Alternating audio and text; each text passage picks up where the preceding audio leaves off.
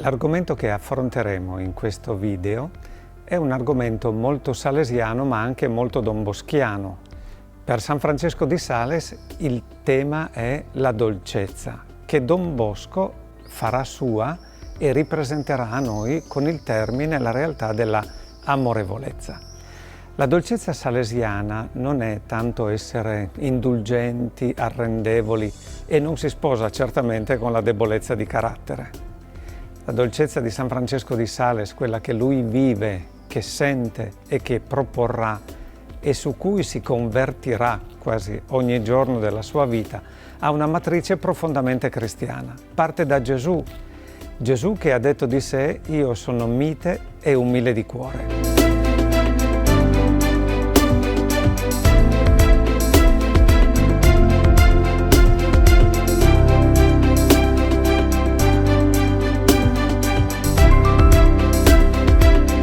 A dire il vero, la dolcezza non è una realtà unica, entra in un binomio, dove i due termini non si equivalgono neanche, dolcezza e umiltà. Francesco di Sales dirà che queste due realtà credenti sono la base della santità e dice anche che sono delle virtù molto rare, la dolcezza e l'umiltà. Dirà, bisogna avere un cuore dolce con il prossimo e un cuore umile verso Dio. La combinazione di queste due dà la dolcezza salesiana.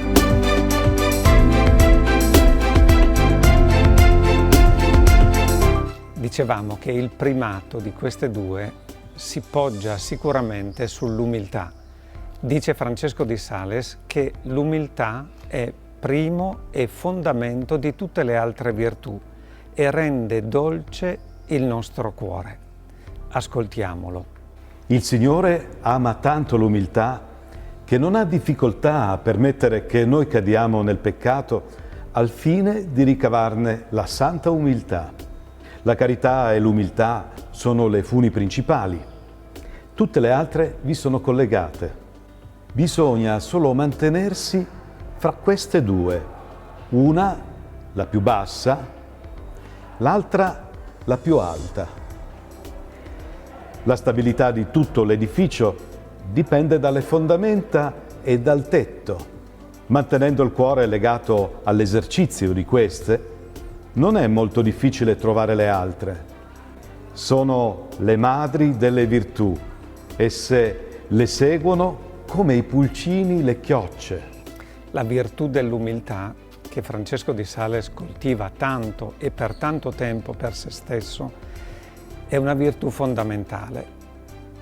La baronessa di Chantal, quando conosce Francesco di Sales, inizia un carteggio con lui e ne è affascinata dalla sua santità che traspare. Scrive a Francesco con molta stima, chiamandolo addirittura santo. E questo linguaggio, questo modo di vedere la sua misera persona lo imbarazza assai, tant'è che in una delle lettere Francesco le scrive: già che mi torna in mente, bisogna che vi proibisca la parola santo quando scrivete di me, perché, figlia mia, in me la santità è più apparente che vera. E poi la canonizzazione dei santi non vi compete.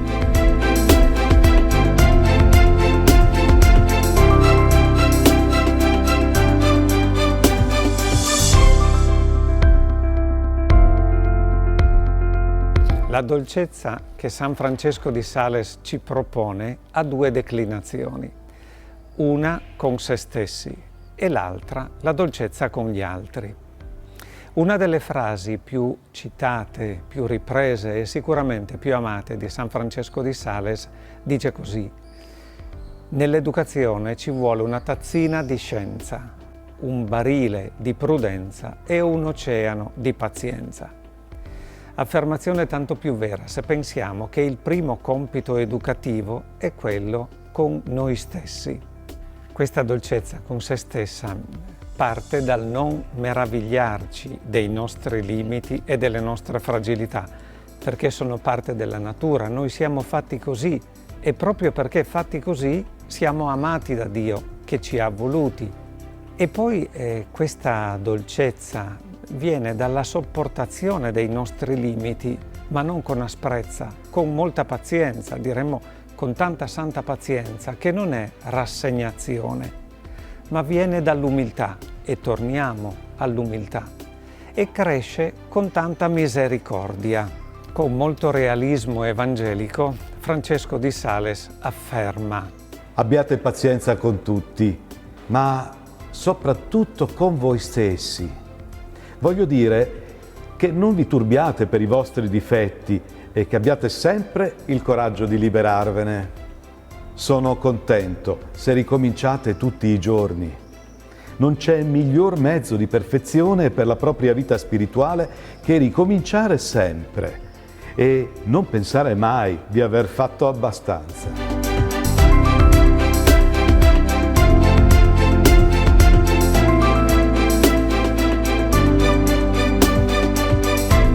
Francesco di Sales, come il modello del buon pastore, anzi avendo impersonificato in sé l'atteggiamento del buon pastore, sostiene le ferite delle sue pecorelle. Raccogliamo ancora un tratto di lettera di Francesco. I nostri difetti non ci devono piacere. Essi non devono però stupirci e né toglierci il coraggio. Dobbiamo invece trarne umiltà e diffidenza di noi stessi, ma non con scoraggiamento né afflizione del cuore, né tantomeno la diffidenza dell'amore di Dio verso di noi, perché Dio non ama i nostri difetti e i nostri peccati veniali. Ma come la debolezza del bambino dispiace a sua madre, e tuttavia ella non cessa di amarlo per questo, anzi lo ama teneramente e con compassione, allo stesso modo Dio non cessa di amarci teneramente. Parlando della battaglia quotidiana, della sua conversione e della nostra conversione, Francesco si esprime con un ossimoro che è particolarmente interessante. Dice: bisogna essere dolcemente in guerra.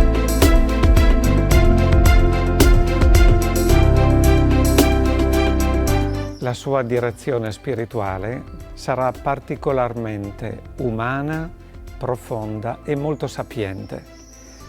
Comunica fiducia nella persona che si affida a lui, nasce da un profondo ottimismo spirituale ed è sicuramente e potentemente incoraggiante.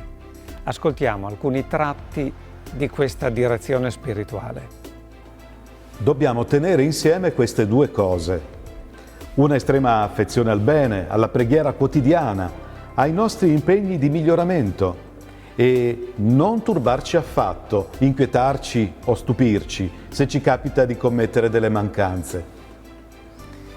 Il primo elemento dipende dalla nostra fedeltà, che deve sempre essere integra e crescere di ora in ora.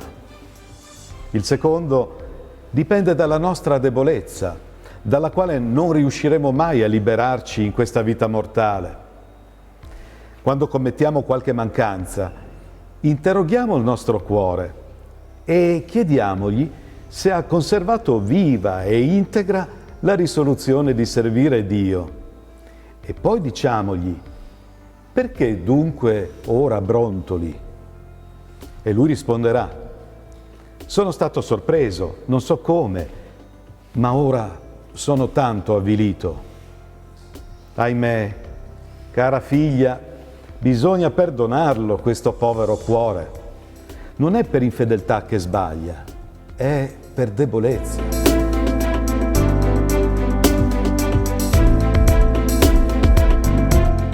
La dolcezza con se stessi ha un riverbero sicuro ed evidente nella dolcezza con gli altri. Ed è il secondo capitolo su cui diciamo qualche parola di Francesco di Sales. Da Francesco viene la chiave della dolcezza con il prossimo, che si esprime a livello di relazioni familiari, domestiche, ma anche comunitarie sicuramente. Bisogna considerare il prossimo in Dio. Quando avverrà che saremo tutti pieni di dolcezza e serenità verso il prossimo? Quando sapremo vedere le anime del nostro prossimo nel cuore del Divin Salvatore.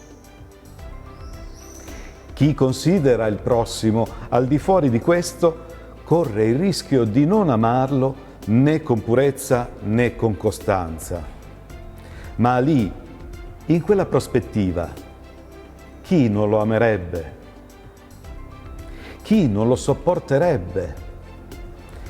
Chi lo troverebbe sgradevole e noioso? Quando il prossimo ci pesa ed è antipatico, soltanto il rispetto del Salvatore ci porta ad amarlo e questo amore è puro e ci libera interiormente. Dicono i biografi che quando Francesco era vescovo si presenta al suo cospetto un giovane che si esprime in maniera decisamente scorretta e Francesco lo rimprovera certamente, ma con molta moderazione, tanto da suscitare lo stupore delle persone che stavano ascoltando. Quando questo giovane lascia Francesco, gli viene chiesto il perché di questa moderazione, di questa delicatezza nella risposta, seppure chiara. E Francesco dice: temevo di consumare in un quarto d'ora quel poco di mansuetudine che da 22 anni provo a tenere nella coppa del mio cuore.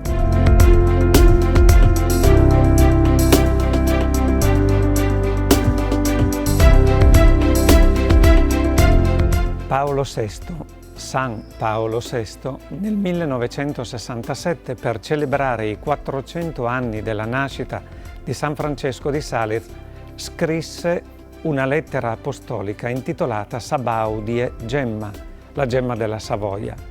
E proprio ritraendo la dolcezza di San Francesco con gli altri, il Papa affermava: si trova in lui somma integrità di vita, somma dolcezza e benignità.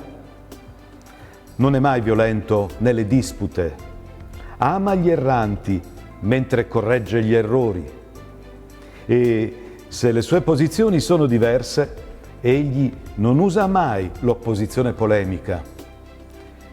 Tenace nell'amare, nel pregare e nell'illuminare, sa pazientare a lungo, sa ricondurre gradatamente gli erranti alla pienezza della verità.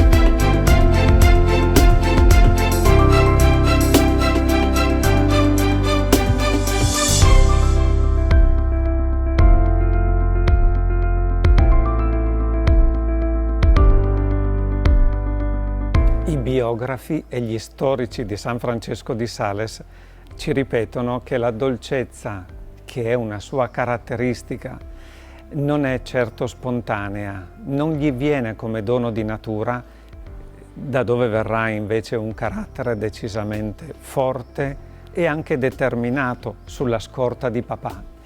La dolcezza cristiana Francesco la costruisce con molto tempo e con una conversione amabile che durerà per tutta la sua vita.